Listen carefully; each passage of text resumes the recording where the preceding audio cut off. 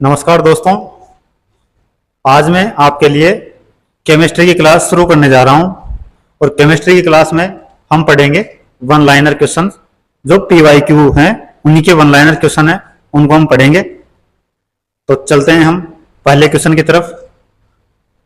पहला क्वेश्चन है, भारी पानी D2O की खोज किसने की? तो किसने की? HC यूरे। कहाँ के वैज्ञानिक थे वो? अमेरिकी वैज्ञानिक। कब की? 1931 में।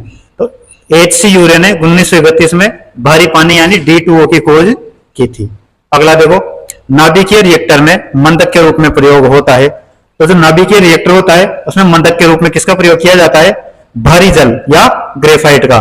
भारी जल को किससे लिखते हैं? D2O से। D2O, deuterium oxide. अगला देखो, परमाणु में कक्ष को भरने का क्रम निर्धारित होता है। तो कौन से सिद्धांत के द्वारा परमाणु का कक्ष भरा जाता है? तो वो भरा जाता है आपबाउ सिद्धांत के द्वारा। आपबाउ सिद्धांत है, उसी के द्वारा उनका क्रम निर्धारित होता है। एक रेडियो एक्टिव पदार्थ की अर्ध आयु 4 महीने है। इस पदार्थ के 3/4 का क्षय होने में समय लगेगा। तो राइट आंसर होगा इसका 8 महीने। राइट आंसर क्या है इसका? 8 महीने। तो ये 8 महीने कैसे आया ये देखो थोड़ा। अर्ध आयु का मतलब होता है उस पदार्थ की कुल मात्रा का आधा जितने समय में हो जाता है वो अर्ध आयु कहलाती है। तो जैसे मान लो यहां पे मेरे पास हो 100 ग्राम है, तो 100 ग्राम का आधा कितने महीने में हो रहा है? 4 माह में। यानी कि 1/2 कह दो या 2/4 कह दो, 2 में से एक हिस्सा, या कहते हैं हम 4 में से 2 हिस्से कितने महीने में हो रहे हैं? 4 महीने में हो रहे हैं। तो 4 में से 2 हिस्से 4 महीने में पूरे हो गए। फिर बचा कितना हमारे पास? 2 हिस्सा बच गया। अब 2 हिस्से में से फिर आधा होगा, उसमें भी कितना टाइम लगेगा? वापस से वही 4 माह लगेंगे। जो 4 में से आधा यानी कि 2 गया कितने महीने में? 4 महीने में। तो बचा क्या? 2। अब इस 2 का फिर आधा होगा कितने महीने में? 4 महीने में। तो 2 का आधा कितना होगा? 1। तो 2 तो ये यहां गया और 1 ही यहां गया। 3 गए कितने में से? 4 में से। तो कितना हो गया? 3/4। 3/4 जाने में कितना समय लगा? 4 माह तो यहां लग गए और 4 माह ही दोबारा यहां लगे। तो टोटल जुड़ के कितना हो गया? 8 माह। तो 3/4 से होने में कितना समय लगेगा? 8 माह। अब देखो अगला, सही सुमेल सूची 1 में विशिष्टता दे रखी है और सूची 2 में कण दे रखे हैं। तो शून्य द्रव्यमान किसका होता है? न्यूट्रिनो का। आंशिक द्रव्यमान कोर्क का। आंशिक प्रचक्रण पॉजिट्रॉन और पूर्णांक प्रचक्रण फोटोन का होता है।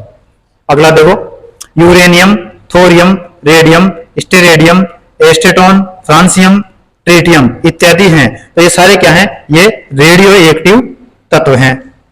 अगला, ऐसे तत्व जिनके नाभिक अल्फा, बीटा एवं गामा किरणों का उत्सर्जन करते हैं वे कहलाते हैं। वे नाभिक क्या कहलाते हैं? रेडियो, मतलब वो तत्व क्या कहलाते हैं? रेडियो एक्टिव तत्व कहलाते हैं।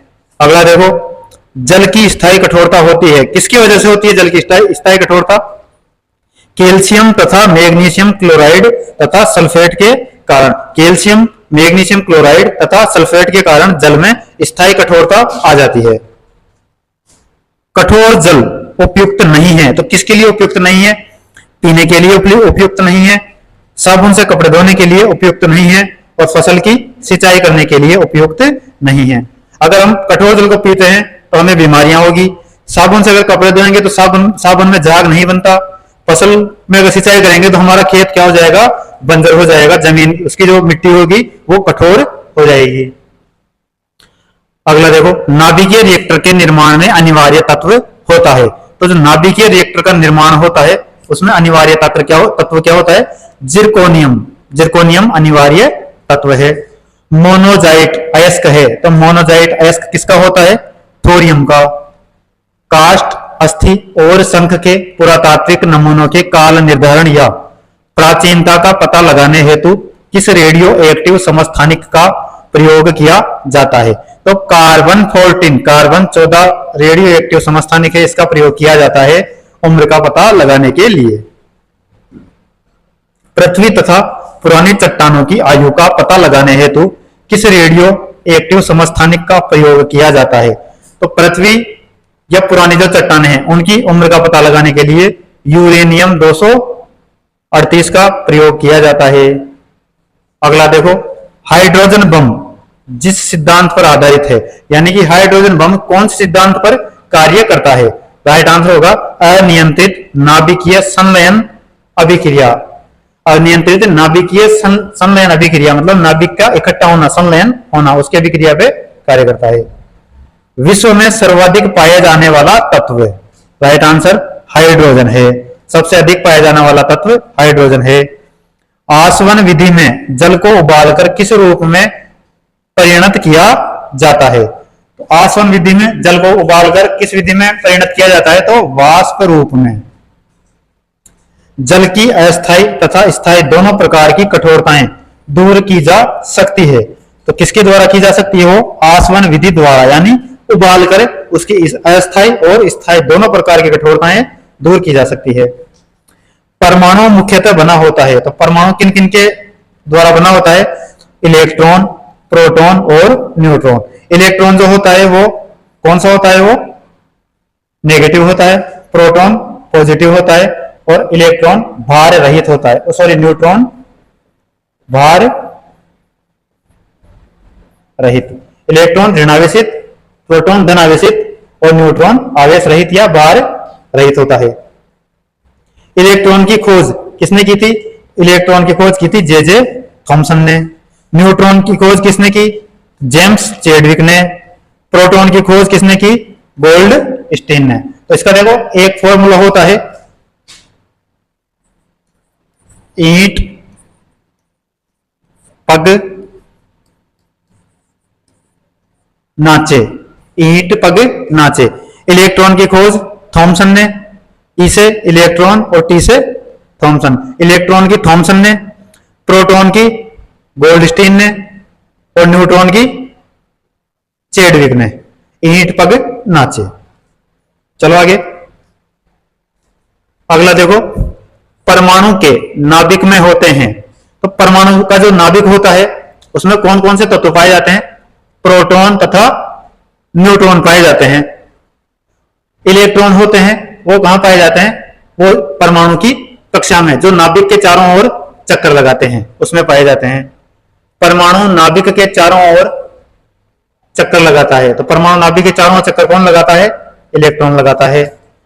प्रोटॉन धन आवेशित तथा इलेक्ट्रॉन ऋण आवेशित और न्यूट्रॉन होते हैं। अभी मैंने बताया था कैसे होते हैं, आवेश रहित होते हैं। इलेक्ट्रॉन का आवेश बराबर होता है, किसके बराबर होता है? तो प्रोटॉन के बराबर होता है।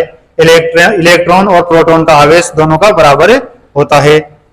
प्रोटॉन में उपस्थित सभी कणों में सर्वाधिक भारी होता है। तो प्रोटॉन में जितने भी कण होते हैं उनमें सबसे भारी कण कौन सा होता है? वो न्यूट्रॉन होता है। साधारणतया किसको छोड़कर अन्य सभी तत्वों के परमाणुओं में न्यूट्रॉन पाया जाता है? तो हाइड्रोजन को छोड़कर सभी तत्वों के परमाणुओं में न्यूट्रॉन पाया जाता है। प्रतिकण युग्म है, तो प्रतिकण युग्म कौन से हैं? इलेक्ट्रॉन और पॉजिट्रॉन।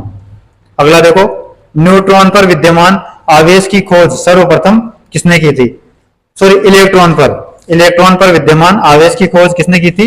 मिलिकन ने। और इलेक्ट्रॉन की खोज किसने की थी? ईंट पग नाचे, ईंट इलेक्ट्रॉन थॉमसन, जे थॉमसन ने। नाभिक के बाहर न्यूट्रॉन हो जाता है, तो कैसा हो जाता है? नाभिक के बाहर निकलते ही न्यूट्रॉन रेडियो धर्मी या रेडियो एक्टिव हो जाता है। न्यूट्रॉन की जीवन काल, न्यूट्रॉन का जीवन काल कितना होता है? 17 मिनट होता है। पॉजिट्रॉन का द्रव्यमान व आवेश बराबर होता है, किसके बराबर होता है? इलेक्ट्रॉन के बराबर होता है। पॉजिट्रॉन की खोज किसने की थी? तो पॉजिट्रॉन की खोज एंडरसन ने की थी। न्यूट्रिनो की खोज किसने की? पाउली ने। विद्युत चुंबकीय किरणों का निर्माण किनके मूल कणों से होता है? तो जो विद्युत चुंबकीय किरणें होती है उनका निर्माण होता है फोटोन के द्वारा या फोटोन के मूल कणों से होता है। आगे चलो, रेडियोधर्मी डेटिंग एक प्रक्रिया है जिससे मापा जाता है। तो रेडियोधर्मी डेटिंग से क्या मापा जाता है? चट्टानों की उम्र को मापा जाता है। रेडियो कार्बन प्रणाली के आविष्कार का श्रेय किसे जाता है? एफ लीवी को। एफ लीवी ने किसका आविष्कार किया? रेडियो कार्बन प्रणाली का आविष्कार किया। सामान्यतः लगभग कितने वर्षों में कार्बन 14 की एक निश्चित इकाई के आधे भाग का विघटन हो जाता है। तो जो कार्बन 14 की एक निश्चित इकाई होती है उसके आधे भाग का विघटन कितने समय में होता है? तो वो होता है 55,000 वर्ष में। इसी वजह से उम्र पता करने के लिए किसका प्रयोग किया जाता है? कार्बन 14 विधि का। वह रेडियोधर्मी तत्व जिसके भारत में बड़े भंडार पाए जाते हैं। तो भारत में बड़े भंडार कौन से तत्व के पाए जाते हैं? थोरियम के। थोरियम के मुख्य खनिज स्रोत हैं। तो थोरियम के मुख्य खनिज स्रोत कौन से हैं? थोरियानाइट, अलानाइट एवं मोनाजाइट। ये तीन है थोरियम के मुख्य खनिज स्रोत। अगला देखो, एक रेडियोधर्मी पदार्थ की अर्ध आयु 10 दिन है। इसका अभिप्राय यह है कि पदार्थ के 3/4 भाग का विघटन 20 दिनों में हो जाएगा। वही अभी मैंने बताया था पहले, 1/2 अगर 10 दिन में हो रहा है तो उससे अगला उसका चौथा भाग कितने दिन में होगा? वो पूरे 10 दिन में होगा। तो 10 और 10 कितने हो जाएंगे? 20 दिनों में। अब आगे देखो, पृथ्वी पर पाए जाने वाले प्रमुख तत्व एवं उनकी मात्रा किसमें? प्रतिशत में। तो जो ऑक्सीजन है वो कितने प्रतिशत है भूपटल में?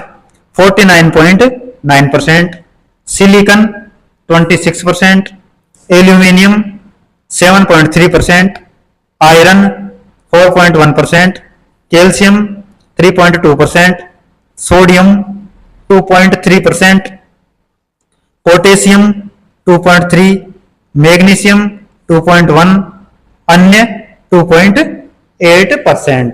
तो सबसे अधिक जो तत्व पाया जाता है वो कौन सा होता है? ऑक्सीजन 49.9%। चलो आगे, अगला देखो, न्यूक्लियस यानी नाभिक के चारों ओर चक्कर लगाते हैं। तो मैंने बताया अभी, नाभिक के चारों ओर चक्कर क्या लगाते हैं? इलेक्ट्रॉन लगाते हैं। हीलियम के नाभिक में होते हैं 2 प्रोटॉन तथा 2 न्यूट्रॉन। तो देखो, हीलियम का जो परमाणु क्रमांक होता है वो क्या होता है? 2। पहले पे आता है हाइड्रोजन और दूसरे पे हीलियम। Hydrogen, helium, lithium. तो हीलियम कौन से नंबर पे? 2 पे। तो परमाणु क्रमांक 2, तो प्रोटॉन भी 2 और न्यूट्रॉन भी 2। हीलियम की द्रव्यमान संख्या होती है, हीलियम की द्रव्यमान संख्या क्या हो जाएगी? 4। -4 नहीं पढ़ना इसको, क्या होती है? 4 होती है। हाइड्रोजन के नाभिक में होता है तो क्या होता है? 1 प्रोटॉन होता है, क्योंकि इसका परमाणु क्रमांक 1 होता है। हाइड्रोजन के परमाणु क्रमांक तथा द्रव्यमान संख्या होती है तो दोनों क्या क्या होता है? 1 1। परमाणु क्रमांक भी 1 और द्रव्यमान संख्या भी 1 होती है। तत्व का सूक्ष्मतम कण कहलाता है। तो क्या कहलाता है वो? परमाणु कहलाता है। सबसे छोटा कण परमाणु कहलाता है। परमाणु जिनमें प्रोटॉनों की संख्या समान परंतु न्यूट्रॉनों की संख्या भिन्न भिन्न रहती है क्या कहलाते हैं?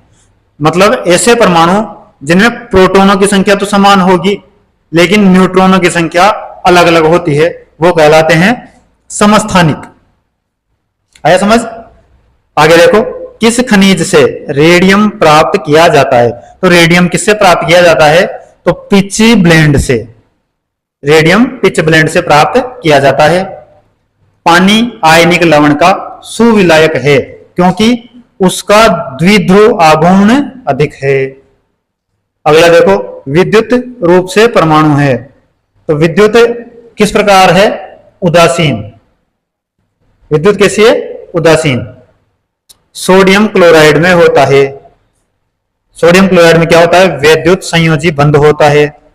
फेरिक ऑक्साइड में लोहे की संयोजकता +3 होती है। रासायनिक यौगिक का सबसे छोटा संभावी यूनिट क्या है? अणु है। रासायनिक अभिक्रिया से प्रभावित होता है। कौन प्रभावित होता है? इलेक्ट्रॉन प्रभावित होता है। किसी तत्व का परमाणु है, नाभिक में प्रोटॉनों की संख्या। किसी तत्व का परमाणु है, नाभिक में प्रोटॉनों की संख्या।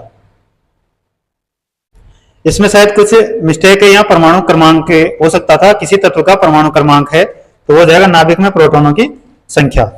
फिर आगे देखो, रोलर बियरिंग का स्नेहन करने के लिए सामान्यतः आवश्यकता होती है। तो जो रोलर बियरिंग होता है उसका स्नेहक किससे किया जाता है?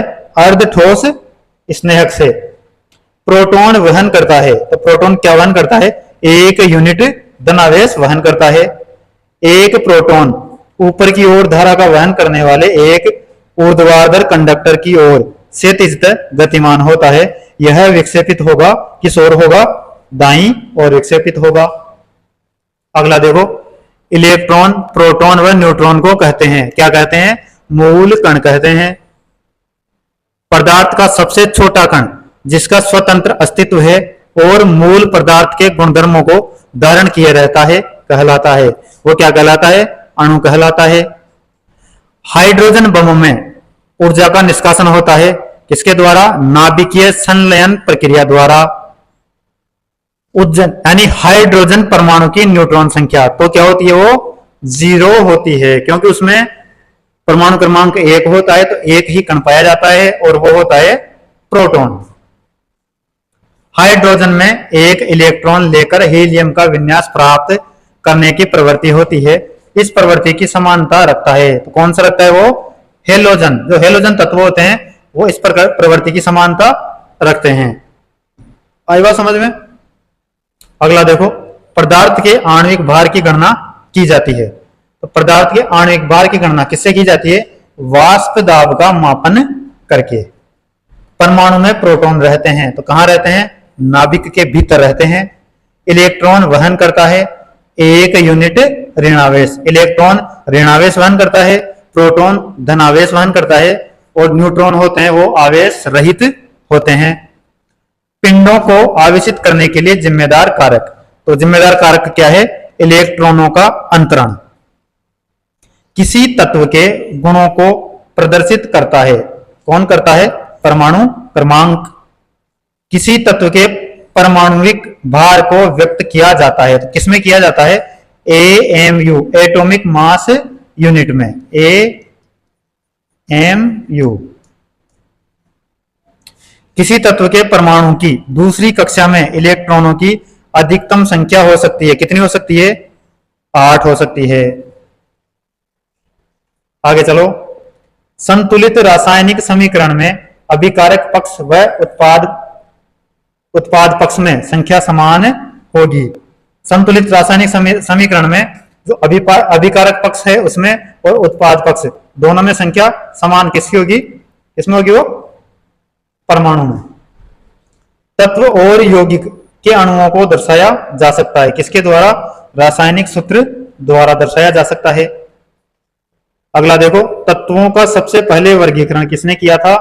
तो न्यूलैंड ने तत्वों का वर्गीकरण सबसे पहले किया था। आगे चलते हैं। आवर्त सारणी में सर्वाधिक इलेक्ट्रॉन बंधुता वाला तत्व कौन सा है? ऑक्सीजन। सबसे ज्यादा जो इलेक्ट्रॉन बंधुता होती है वो किसमें होती है? ऑक्सीजन में। जर्मेनियम क्रिस्टल में आबंध है, कौन से क्रिस्टल में? सह संयोजी। फिर आगे, वह सबसे छोटा तत्व जिसमें उस तत्व के सभी गुण विद्यमान हो, कौन सा है? वो परमाणु है।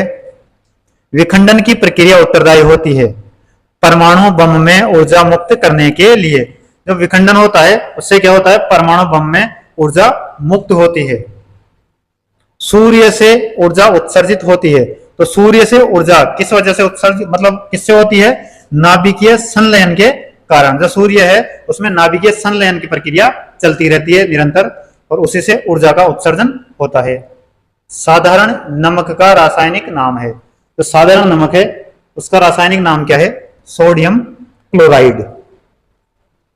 जब कोई वस्तु धनावेशित होती है तो वह इलेक्ट्रॉन का परित्याग करती है। इलेक्ट्रॉन जो होता है उसका त्याग करती है, उसकी वजह से क्या होता है? वो धनावेशित हो जाती है। इलेक्ट्रॉन होते हैं ऋणावेशित, तो जब भी ऋण आवेश का यानी कि ऋण का त्याग करेगा तो कैसा आवेश आएगा उसके ऊपर? धन आवेश। दो तत्वों की परमाणु संख्या समान है किंतु इनके गुण भिन्न भिन्न हैं, ये क्या कहलाते हैं? तत्वों की परमाणु संख्या तो समान है, गुण अलग अलग हैं, तो क्या कहलाएंगे वो? समस्थानिक या आइसोटोप।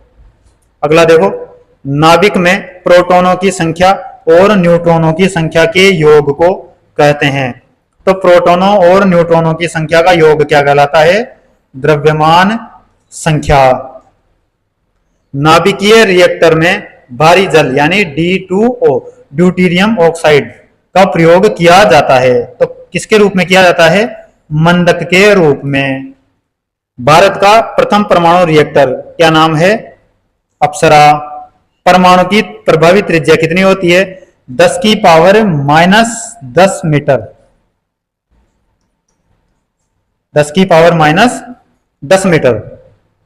नाभिकीय त्रिज्या की कोटि होती है, कितनी होती है? 10 की पावर माइनस 15 होती है। क्वार्ट्ज का रासायनिक नाम क्या है? Sodium silicate.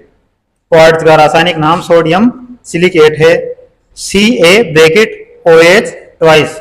रासायनिक सूत्र किसका रासायनिक सूत्र है? ये बुझे हुए चूने का, स्लेक्ड लाइम का। विक्रम साराभाई अंतरिक्ष केंद्र स्थित है, कहाँ है? तिरुवनंतपुरम में। अंतरराष्ट्रीय परमाणु ऊर्जा एजेंसी का मुख्यालय वियना ऑस्ट्रिया में है। आगे चलो। इलेक्ट्रॉन की खोज की गई किसके द्वारा? थॉमसन के द्वारा 1897। जे थॉमसन, ईंट पग नाचे। अगला देखो, वर्ष 1902 में अल्फा, बीटा तथा गामा पार्टिकल की खोज किसने की थी? अर्नेस्ट रदरफोर्ड ने। आधुनिक आवर्त सारणी आधारित है, किस पर आधारित है? परमाणु क्रमांक पर। हेलोजन कांच पर प्रहार करती है, कौन करती है? फ्लोरीन। एल्केन का सामान्य सूत्र CnH twice N plus 2। CnH2n plus 2। Alkane hydrocarbon होते हैं, तो कैसे होते हैं ये? संतृप्त होते हैं। अब आगे देखो, सामान्य मानव शरीर में तत्वों की औसत मात्रा किसमें? प्रतिशत में या परसेंटेज में। क्या क्या होती है? मानव शरीर में ऑक्सीजन कितना होता है? 65%, carbon 18%, hydrogen 10%, nitrogen 3%, calcium 2%, phosphorus 1%, potassium 0.3%, sulphur 0.25%, sodium 0.15%, chlorine 0.15%, magnesium 0.05%, लोहा 0.004%, अन्य तत्व 0.046%। तो ये सामान्य मानव शरीर में तत्वों की औसत मात्रा होती है। आगे चलो, आगे देखो, ऐसे दो तत्व जिनमें इलेक्ट्रॉनों की संख्या भिन्न भिन्न है लेकिन उनकी द्रव्यमान संख्या समान हो, तो वो क्या कहलाते हैं? समभारिक। यानी द्रव्यमान संख्या भार यानी समान होगा तो वो क्या कहलाएंगे? समभारिक तत्व कहलाएंगे। पॉजिट्रॉन की खोज किसने की? एंडरसन ने की। हाइड्रोजन परमाणु के न्यूक्लियस में प्रोटॉनों की संख्या होती है, तो हाइड्रोजन परमाणु के न्यूक्लियस यानी केंद्रक में प्रोटॉन कितने होते हैं? एक प्रोटॉन होता है। परमाणु विस्फोट में काफी अधिक ऊर्जा निकलती है, इसके परिणाम स्वरूप क्या होता है? द्रव्यमान का ऊर्जा में रूपांतरण हो जाता है। इलेक्ट्रॉन न्यूनता वाला परमाणु है, कौन सा है? धन आयन। जिसमें इलेक्ट्रॉन की न्यूनता होगी तो वो कैसा कहलाएगा? वो पॉजिटिव यानी धन आयन या धन आयन। न्यूक्लियर रिएक्टर में होने वाली श्रृंखला अभिक्रिया को जारी रखने की क्षमता वाला यूरेनियम आइसोटोप कौन सा है? 92 यूरेनियम 235, 92 U235। आगे है, ऑक्सीजन का परमाणु भार 16 है। ऑक्सीजन का विद्युत रासायनिक तुल्यांक कितना होगा? तो वो होगा 8.29 इंटू 10⁻⁻5 ग्राम कूलम। आगे देखो, एक तत्व के परमाणु दूसरे सभी तत्वों के परमाणुओं से भिन्न होते हैं परमाणु की संख्या और इलेक्ट्रॉनिक विन्यास द्वारा। जो एक तत्व के परमाणु होते हैं वो दूसरे सभी जो तत्व होते हैं उनके परमाणुओं से भिन्न किसके द्वारा होते हैं? एक तो उनकी परमाणु संख्या अलग होती है, दूसरा उनका इलेक्ट्रॉनिक विन्यास अलग होता है। फिर देखो 92x238, इससे टूट के क्या बन गया? A+2 हीलियम की पावर 4 तत्व A में न्यूट्रॉन की संख्या क्या होगी। जो ए तत्व है इसमें न्यूट्रॉनों की संख्या पूछी है, तो ये कितना हो जाएगा 144। अब देखो इसमें नीचे दे दिया ये यूरेनियम 238, बेरिलियम 144 व क्रिप्टॉन 56 में टूटता है। ये क्या दे रखा है, ये यूरेनियम दे रखा है, यहाँ पे एक्स दे दिया इसकी जगह, तो 238 है, ये टूटता है तो किस किस में टूटता है, बेरिलियम 144 व क्रिप्टॉन 56 में टूटता है। आगे देखो, सीमेंट उद्योग के लिए आवश्यक कच्चा माल क्या क्या है, चूना पत्थर, धातु मल, चिकनी मिट्टी, जिप्सम, आयरन तथा सल्फर के ऑक्साइड इत्यादि। आधुनिक आवर्त सारणी किसने प्रस्तुत की थी, तो मोजले ने 1913 में।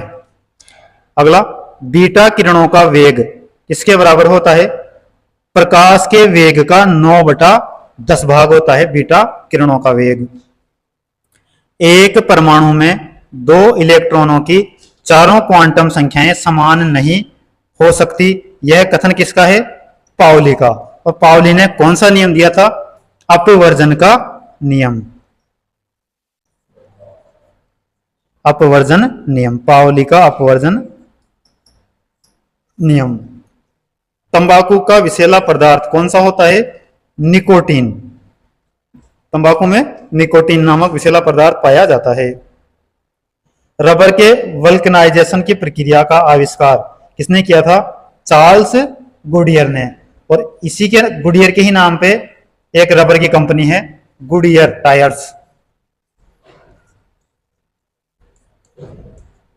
गुडियर टायर्स वो किसके नाम पर है, जो रबर का वल्कनीकरण की जो प्रक्रिया जिसने दी थी, चार्ल्स गुडियर, उनके नाम पर। थायोकोल रबर है, कैसा है ये, संश्लेषित रबर है। कैफीन किसमें पाया जाता है, चाय और कॉफी में। इलेक्ट्रॉन के आवेश का निर्धारण किसने किया, मिलीकॉन ने किया। पीईएम किसका संक्षिप्त रूप है, प्रोटीन एनर्जी माल न्यूट्रिशन। प्रोटीन एनर्जी माल न्यूट्रिशन का संक्षिप्त नाम क्या है, पीईएम। परमाणु में अवस्थित सबसे हल्का कण कौन सा है, इलेक्ट्रॉन। अब इलेक्ट्रॉन का भार क्या होता है, प्रोटॉन के भार का 1837वां भाग। प्रोटॉन तथा इलेक्ट्रॉन के द्रव्यमान का अनुपात कितना होता है, 1837 अनुपात 1। जब प्रोटॉन का द्रव्यमान 1837 होगा, उस समय इलेक्ट्रॉन का जो द्रव्यमान होगा वो कितना होगा, 1 होगा। किसी तत्व के समस्थानिक यानी आइसोटॉप्स में समान क्या होती है, परमाणु संख्या समान होती है। फिर आगे, फोटोन। फोटोन क्या है, एक द्रव्यमान रहित मूल कण होते हैं। अब देखो, अणु तथा परमाणु के अंतर दे रखे हैं, इधर परमाणु और इधर अणु। परमाणु में देखो, यह किसी तत्व का सूक्ष्मतम कण है जो स्वतंत्र अवस्था में नहीं रह सकता। इधर है, यह द्रव्य का सूक्ष्मतम कण है।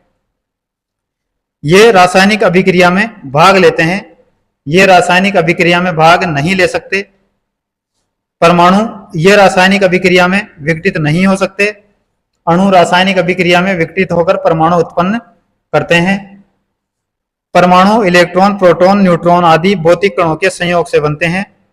अणु परमाणुओं के संयोग से बनते हैं। परमाणु मिलके अणु बनाते हैं और न्यूट्रॉन, प्रोटॉन और इलेक्ट्रॉन मिलके परमाणु बनाते हैं। तो ये थी आज की क्लास। आज की क्लास को यहीं समाप्त करते हैं। धन्यवाद।